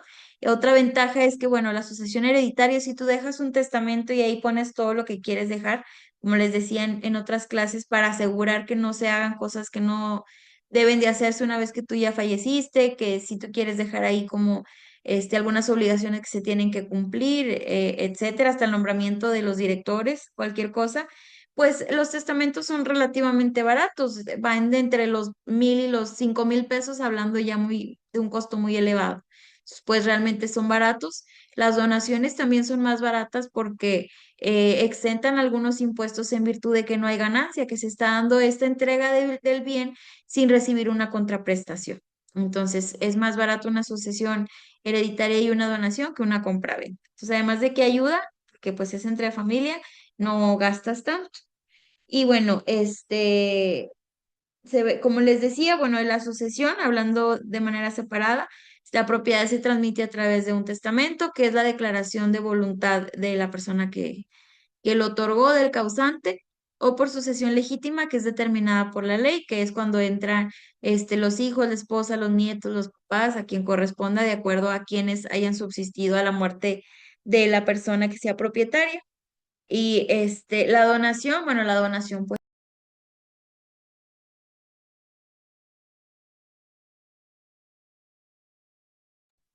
bueno, les decía que la donación, pues, es precisamente en vida, es aquel traslado de dominio que se da de una persona a cualquier otra, no tiene que ser familiar, sin recibir una contraprestación. Y estas extensiones o los costos más baratos, pues sí se da de manera de entre familia, ¿no? Entre los parientes en línea recta. Pero eso pues nada más es para aterrizar y puntualizar lo que les comentaba. Y la otra forma, em, aquí me faltó decirles, perdón, antes de pasarme a la siguiente diapositiva, que cuando hay sucesión hereditaria, pues se puede hacer a través de un proceso administrativo o notarial o puede hacerse a través de un proceso judicial. No me acuerdo si esto ya lo había comentado en alguna otra clase, pero cuando es notarial o administrativo, se da únicamente cuando todos los herederos o los presuntos herederos están de acuerdo y no hay hijos menores de edad o personas que sean incapaces jurídicamente. Si hay alguno de estos supuestos que les comento, no se puede hacer en vía notarial y tiene que hacerse a través de juzgado, mediante un proceso judicial. Y pues ahí obviamente si hay menores de edad o hay personas que no son capaces jurídicamente, el juez les determina un procurador. No es que se queden fuera o las personas que no están de acuerdo, que no comparecen a juicio, tampoco se quedan fuera. Sí se hace el juicio, pero se les nombra un procurador. Y ahora sí.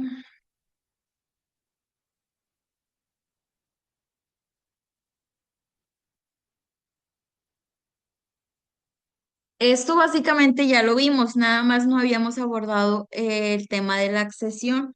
La, la accesión, la ocupación y la usucapión es bien importante que se entiendan también, además de lo que ya les había comentado, porque el punto es que se entienda que la propiedad no se adquiere nada más a partir de compraventas o de actos jurídicos, sino también de ciertos hechos o conductas que se dan a través del tiempo, que son de manera prolongada y que al final de cuentas también son para ejercer o para obtener que se adjudique una propiedad, ¿verdad? La accesión, este término no lo habíamos comentado en clase, pero es un principio por el cual se une de forma natural o artificial, puede ser de cualquiera de estas formas, a un bien, otro bien, y pasa a formar parte del mismo y se beneficia al propietario del bien principal. O sea, tenemos dos bienes, el bien principal, el bien accesorio. El bien accesorio pasa a formar parte o se une al bien principal de manera natural o artificial y el que termina siendo dueño es el dueño del bien principal. Para que lo comprendan un poquito mejor, nos vamos al ejemplo más básico. También se da mucho hasta en chistes que, por ejemplo, la hija y su esposo, el yerno, construyen en un terreno del suegro. Siguiendo este principio de accesión, ¿quién se quedaría con la construcción? Pues el suegro. ¿Por qué? Porque el suegro es dueño del terreno. Entonces estas personas nunca hicieron un contrato, nunca hicieron no agotaron ningún modo de adquisición, nada más construyeron. ¿Por qué? Porque pues a lo mejor sí, de palabra les dijo el suegro que ellos podían usar ese terreno y ellos construyeron. Entonces, hay un dicho justamente que lo accesorio sigue la suerte de lo principal. Entonces, si la hija y el esposo en algún momento, no sé, se pelean con el suegro y este le dice, no, pues váyanse de mi terreno y no me importa que ustedes hayan construido la casa es mía, tiene razón, porque no hay ningún documento que acredite que ellos son los dueños del terreno porque nunca hubo una, compra-venta, una donación, una herencia, nada. Y al final de cuentas, el suegro se puede quedar con la casa porque lo accesorio sigue la suerte de lo principal. Entonces, si nos ponemos a pensar, ese también es un modo de adquisición, porque el suegro ya adquirió una casa construida y terminada, él nada más tenía un terreno, pero pues ya tiene la casa. Entonces, también es un modo de adquisición. Obviamente hay procesos judiciales para ello, ¿verdad? Y el hijo y la hija, perdón, y el esposo pueden demandar, reclamar daños y perjuicios o que se les regrese el monto que ellos invirtieron y puede o no que les den la razón. Pero para el tema de la clase, pues eso es un modo de adquisición. La ocupación, ya lo vimos, que es un mecanismo para que se adquieran a través de la posesión prolongada, los bienes muebles, recordemos que esto nada más aplica sobre los bienes muebles, bienes mostrencos que estén abandonados o que no tengan dueño, y pues se les adjudica la propiedad. Y el usucapión, pues ya también veíamos que es lo mismo de la posesión, Es un mecanismo para adquirir la propiedad a través de la posesión pacífica continua y pública, si es de buena fe durante 5 años o más y si es de mala fe durante 10 años o más, según la legislación de nuestro estado, ¿verdad? Y que les digo que es casi la misma para todas las entidades federativas. El tema de la usucapión no es tan sencillo. Hay que comprobar esa posesión durante 5 o 10 o 15 años, ¿verdad? Se hace, como les decía, a través de algún documento que tú tengas que hayas celebrado de manera privada, con el juez, con el comisariado. Si hiciste en una servilleta, eso vale. O que tengas un documento que te acredite que tú lo hiciste de buena fe, porque tú creías que sí, con eso bastaba. O también se pueden considerar elementos probatorios, pues testigos, ¿no? Que digan, sí, pues yo tengo aquí viviendo en la colonia Libertad, 20 años y desde que yo vivo aquí, yo veo que esa familia vive ahí y que nadie los ha molestado. Ok, también puedes comprobarlo a través del pago de contribuciones. Por eso ahorita que Alberto comentaba ahí, que si pagaban la tenencia del carro no importaba, pues siempre es mejor poder demostrar, ¿verdad? Que tú estás, sobre todo en bienes inmuebles, que tú estás ejerciendo la posesión porque tú estás pagando contribuciones, que puede que estén a nombre tuyo, aunque no tengas un documento que acredite tu propiedad, porque antes pues se podían hacer trámites administrativos muy sencillos sin que te pidieran escrituras y puede que el predial esté a nombre tuyo, pero pues eso ya está verificando que tú tienes 20 años porque tienes 20 años pagando el predial. Puede ser también documentos, no sé, facturas o recibos de mejoras que le hayas hecho al predio, de construcciones, de limpieza, de drenaje, de servicios, etcétera. Se puede comprobar de muchas maneras, pero les digo, no es súper complicado, pero tampoco tan sencillo como parece. No puedes nada más meterte a una casa y decir que ya con eso está bien, ¿no? O tampoco, por ejemplo, siguiendo los elementos que conforman la usucapión, que dice que es posesión pacífica. La posesión pacífica es obviamente que sea sin violencia, pero también sin que nadie haya ido a decirte, oye, esta es mi casa, salte. Por eso ahorita comentaba en lo que, creo que Edith dio el ejemplo, que si la persona esta que estaba pagando a Infonavit fue y se apersonó con la que estaba invadiendo su casa, pues obviamente ella no ejerce posesión porque ya no es de manera pacífica, ¿verdad? Se metió porque quiso y ya fue una persona a decirle que se saliera y no quiso. Entonces ahí ya se elimina un elemento y no se constituye como usucapión. Luego el otro elemento es que es continua, es posesión continua. Entonces no puede haber interrupción. Si tú te estabas ejerciendo la posesión durante 4 años, nomás te faltaba uno, pero te saliste ese año, te fuiste a vivir a otro lado y quieres regresar y que ya completar un año y completar los 5 años que sean de posesión de buena fe, ya no se puede porque le interrumpiste. Vuelves a contar desde el principio. Entonces, bueno, no sé si a ustedes les ha tocado ver, pero yo he visto varias veces, algunas ya a forma de burla, de chiste, pero otras sí que son reales. De que, por ejemplo, dicen estas personas que tienden a invadir estas casas que les digo, casas abandonadas en general, no nada más les de Infonavit, y dicen, oye, yo tengo 10 años viviendo en esa casa y no, nunca me han corrido ni nada, no he hecho el procedimiento correspondiente al usucapión, pero yo tengo la posesión, ya es mi casa. Te la vendo es más barata, te la vendo en 1 millón de pesos y te paso los derechos de, bueno, no lo dicen así, ¿verdad? Te paso la posesión, yo ya tengo 10 años ahí, entonces pues ya, tú con eso ya tienes. O tengo 3 años viviendo ahí, ya tú nomás vives 2 años más y ya vas a ser posesionario y ya haces tú tus escrituras. Pues no es la cosa así, porque si tienes 3 años viviendo ahí, interrumpes la posesión, viene otra persona, o sea, eso es personal, ¿verdad? Es personalísimo. Entonces, si tú la vendes, interrumpes la posesión y esa persona puede que esté ejerciendo posesión otra vez, derechos, posesorios, pero va a tener apenas 2 años, no 5, porque no estamos contando los 3 que tú tenías. No sé si ahí me explique con ese ejemplo. Y pública es, pues obviamente que no puedes ejercerla escondiéndote, ¿verdad? Si tú te metes en una casa, pero vives encerrada, escondida para que no vean los demás porque sabes que no es tu casa, pues obviamente no se puede, ¿verdad? Porque el chiste es hacerlo público para que si una persona que tiene mayor derecho a ti, que no tienes derechos porque no tienes justo título, comparezca y te diga, oye, porque estás en mi casa si yo nada más me fui a vivir con mi mamá un año, ¿verdad? Entonces, si no constituyen estos elementos, no se conforma la posesión, no se conforma la usucapión, y pues no puedes adquirir la propiedad mediante este mecanismo. ¿Hasta aquí alguna duda?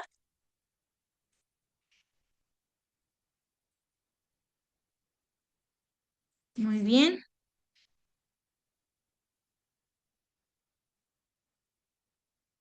Bueno, ya, así para terminar, ya lo comenté durante el proceso de esta clase, pero pues no está de más aterrizarlo. El registro público de la propiedad es una institución que tiene como función principal otorgar seguridad jurídica y certeza en materia de derechos reales, lo que estamos viendo ahorita sobre los inmuebles. No se puede inscribir en el registro público, nada que no sean bienes inmuebles o derechos reales, o de alguna otra materia, pero que sea sobre sobre inmuebles, perdón. Eso lo veremos también más adelante, pero nada más para que lo sepan. El origen del registro público data desde el siglo XIX, desde 1869. Ha tenido sus mejoras, mucho proceso, ahora ya es digital, pero desde entonces empezó a trabajar en este sistema que les comento de anotaciones. Cuando surgió era a mano, evidentemente había libros en donde todos los registradores literalmente registraban a mano el inmueble. Y lo que les comentaba ahorita del numerito del folio, registrarlo o real, es relativamente nuevo. Creo que también aquí es a partir del 2019, no me acuerdo bien, pero es muy reciente. Entonces, antes pues no era digital, todo era físico y si tú ibas y pedías información tenías que meterte a ver a todos los libros, que son como enciclopedias grandísimas, a checar a ver si ahí estaba tu documento, ¿no? O la propiedad o la información que ibas a pedir.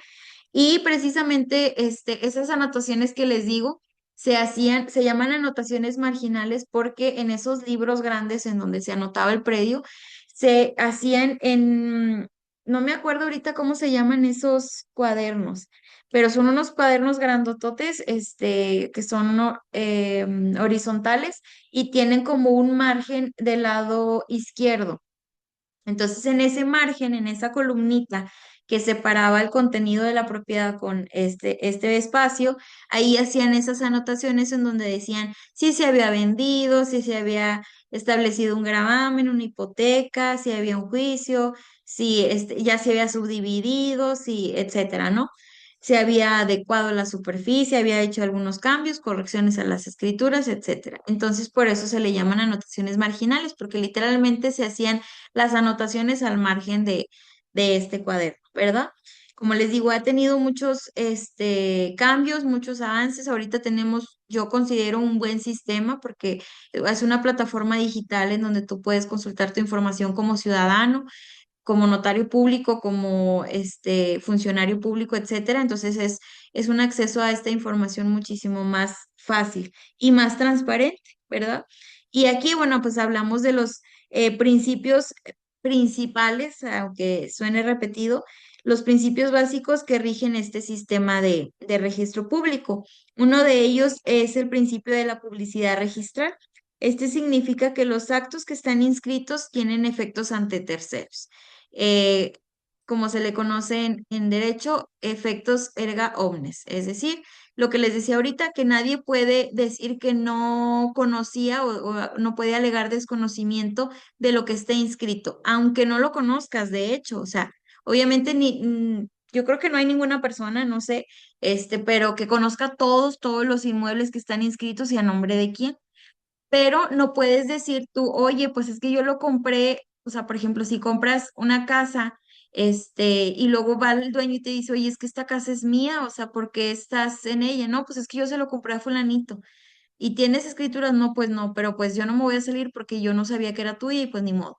No puedes alegar desconocimiento, no puedes decir yo no sabía que era tuya, porque ya hay plataformas de acceso a esta información en donde tú pudiste ir a consultar y ver que efectivamente Pepito Pérez no era el dueño, sino María López. Entonces, esto es a lo que se refiere el principio de publicidad.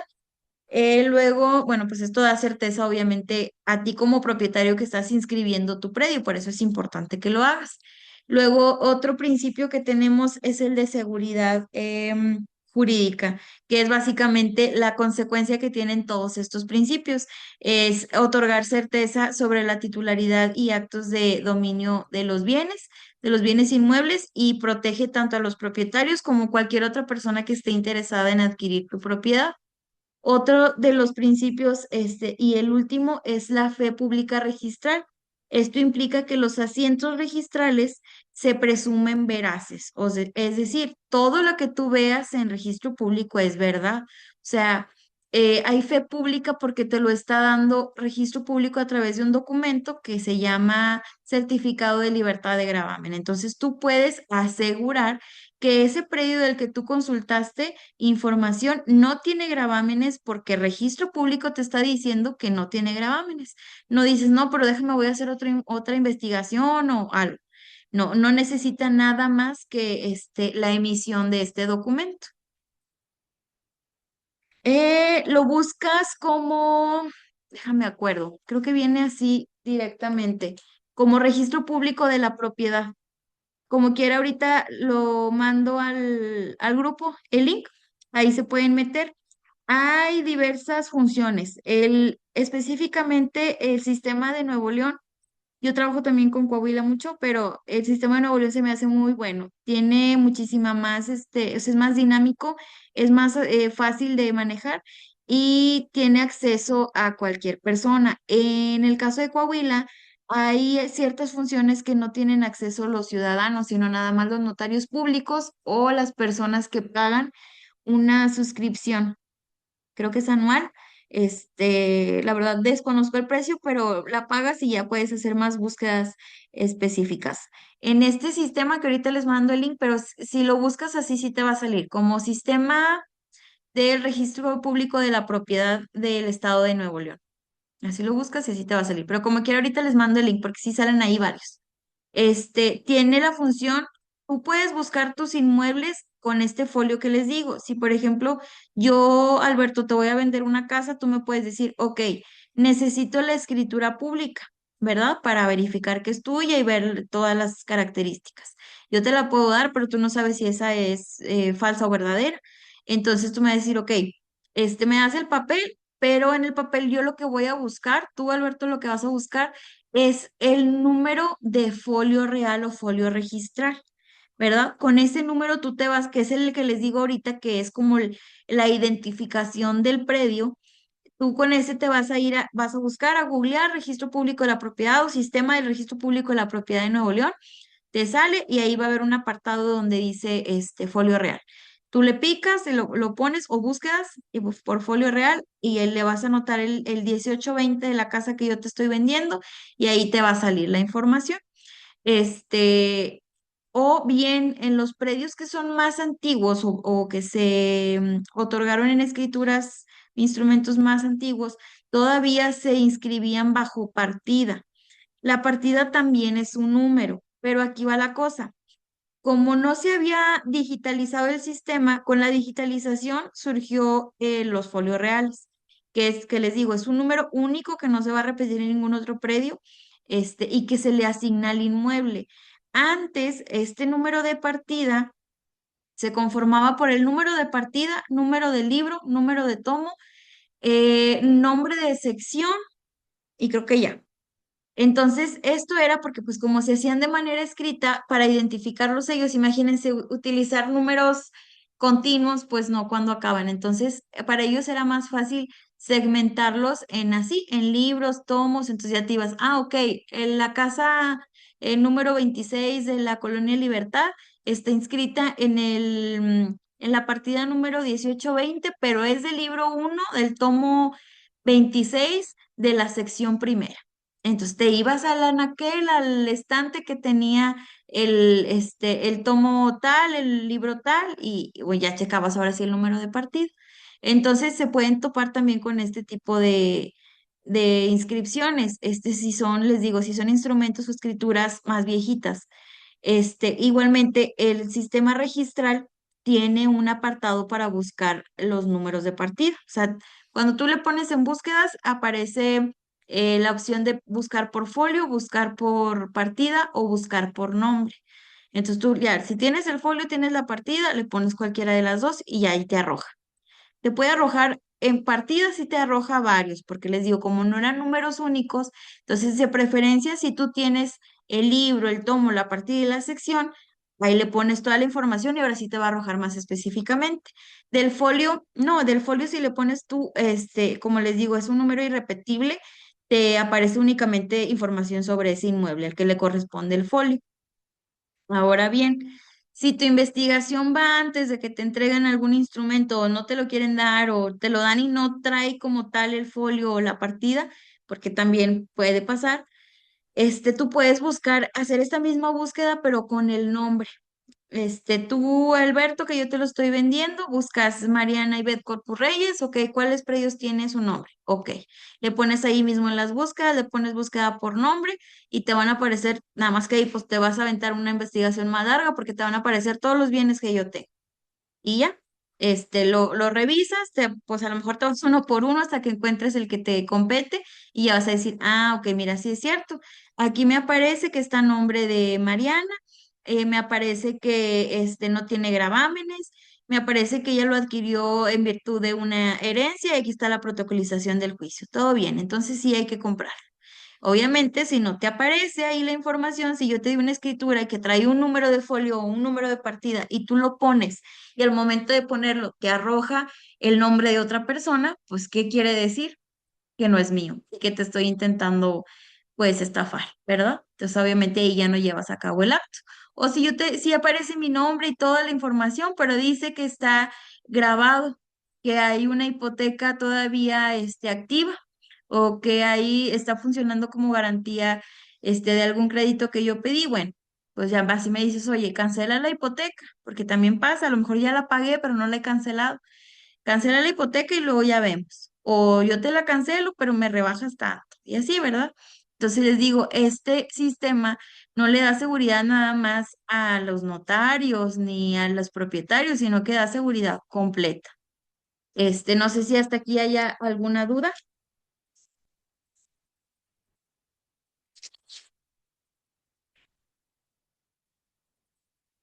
Y bueno, ya de una manera muy, muy rápida, ya vamos a acabar. Tenemos el proceso de inscripción en registro público. Es nada más como que la estructura que se lleva a cabo es muy rápida. Tú, como ciudadano o como interesado, puedes presentar los documentos ante registro público. Que en Nuevo León les voy a echar mentiras si les digo cuántos hay, pero sí son varios. Solo, pues está el pabellón ciudadano, Monterrey, hay uno, bueno, y hay específicos en los municipios. Hay uno muy chiquitito en Galeana, en Santa Catarina creo que también hay, y se los debo decir a los demás, pero ahí se los paso en el grupo. Es importante también que conozcan cuáles hay, porque pues puedes tú pedirlo, aunque tú seas o el bien sea de un municipio, puedes pedirlo en otro, ¿sabes? La información es general, es universal, pero pues tienes que identificarlos para ver cuál te queda más cerca, ¿no? Pero la cosa está así, tú como ciudadano o interesado puedes presentar los documentos o puede hacerlo el notario directamente. Hablamos de notario porque recordemos que lo que se va a inscribir en registro público es un acto que se haya llevado a cabo ante fedatario público, o sea, ante notario público. Entonces, el notario interesado presenta la escritura pública ante el registro público que sea correspondiente. Aquí dice correspondiente a la ubicación del inmueble. Es lo más fácil, pero no es obligatorio. Lo puedes presentar tú en otro lado, a menos que como tal el reglamento de ese registro público así te lo indique. Este, Después, ya una vez que tú lo ingresaste, bueno, ya no es en físico, ya nada más en algunos municipios sí. Por ejemplo, a mí me ha tocado ir a Galeana y ahí sí es en físico. Si tienes que llevar el expediente como tal, impreso, original y todo, con varias copias y todo, y ahí te lo ingresan, te dicen que después vayas porque hay registrador nada más un día a la semana y ya lo revisan ahí los auxiliares registrales, lo revisan, lo califican, verifican que cumpla con todos los requisitos legales. O sea, es decir, checan la escritura a ver quién la hizo este notario, si es este, es correspondiente, ok, sí es. Si este trae la descripción correcta del inmueble, sí, no se brincó ningún, tiene que ser exactamente tal cual viene en su antecedente, o sea, en la escritura anterior a esta que se está celebrando. Ok, sí está bien. A ver, búscale el folio de la partida y checa que sí corresponda con ese inmueble. Sí, sí está bien. ¿No tiene gravamen? No. ¿Se trae el certificado de libertad de gravamen porque te lo piden? Sí. ¿Trae al corriente el pago de contribuciones? Sí. ¿Trae la documentación general, o sea, de comprador y vendedor en caso de una compraventa? ¿Es correcta? Sí. Ok. Entonces está bien. Ya te revisan todo, ven que está bien y dan procedencia a la inscripción. Les digo, este proceso puede ser de que tú lo llevas en físico, como les digo en Galeana, lo reciben los auxiliares registrales, lo revisan y lo califican de positivo. O bien, si es un sistema digital, como en el pabellón ciudadano, se hace mediante la plataforma que tienen los notarios y pues ya, lo hacen de manera digital, lo suben y ahí se le va dando seguimiento, pero son los mismos pasos de todas maneras. Lo único que cambia es la recepción o presentación de documentos. Luego, después de la revisión y calificación, que vean que todo está bien, sigue la inscripción y folio real. Obviamente, una vez que ya se vio que todo está bien, que pasa por calificación, que pasa por la supervisión de estos auxiliares, se aprueba y se firma, obviamente, por el director del registro público correspondiente. Se le asigna ahora sí un folio real electrónico, que es único, como les decía, y se captura en el sistema digital del registro.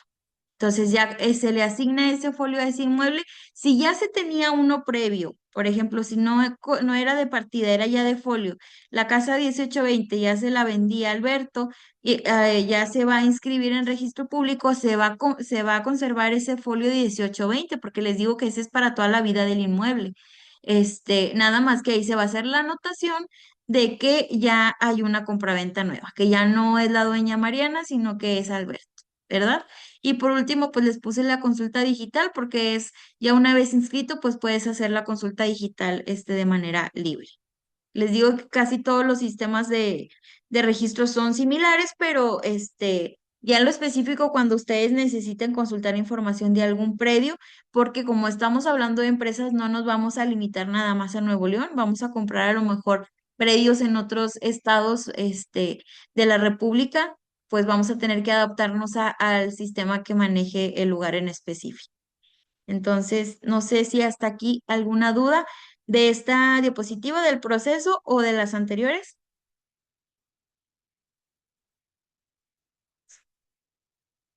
Ok, en caso de que no haya dudas, ya damos por terminada la clase. Pues aquí como siempre les dejo estadísticas nada más para que ustedes aterricen toda la información y la idea que vimos a lo largo de la clase. Y pues las conclusiones también para que las puedan analizar.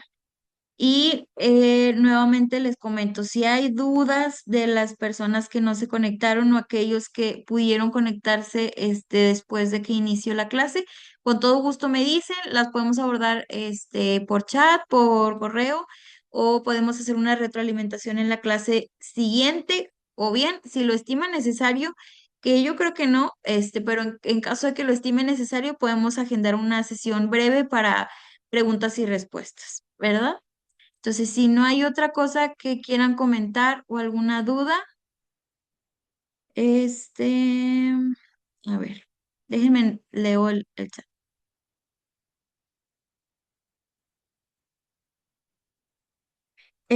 Sí, pues tendríamos que revisar el caso específico, pero sí, sí puede ser que sumen puntos, ¿sí?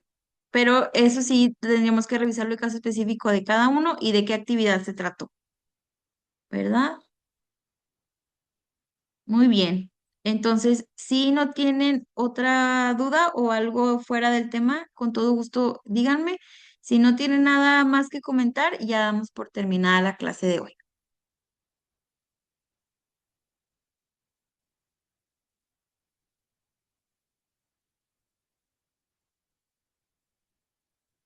Ninguna, muchas gracias. Muy bien. De nada, gracias a ustedes que lograron conectarse. Voy a checar también ahí el tema de por qué estaba publicada la clase otro día. Yo creo que es por eso de que antes, la daba los jueves, estaba programada los jueves, entonces puede ser, pero ahí reviso eso y sigo revisando y al pendiente de que sus demás compañeros me digan si siguen presentando problemas para reportarlos. Muchas gracias, compañeros, que tengan muy bonita noche, que descansen y gracias por haberse unido a la clase. Gracias igualmente. Buenas noches.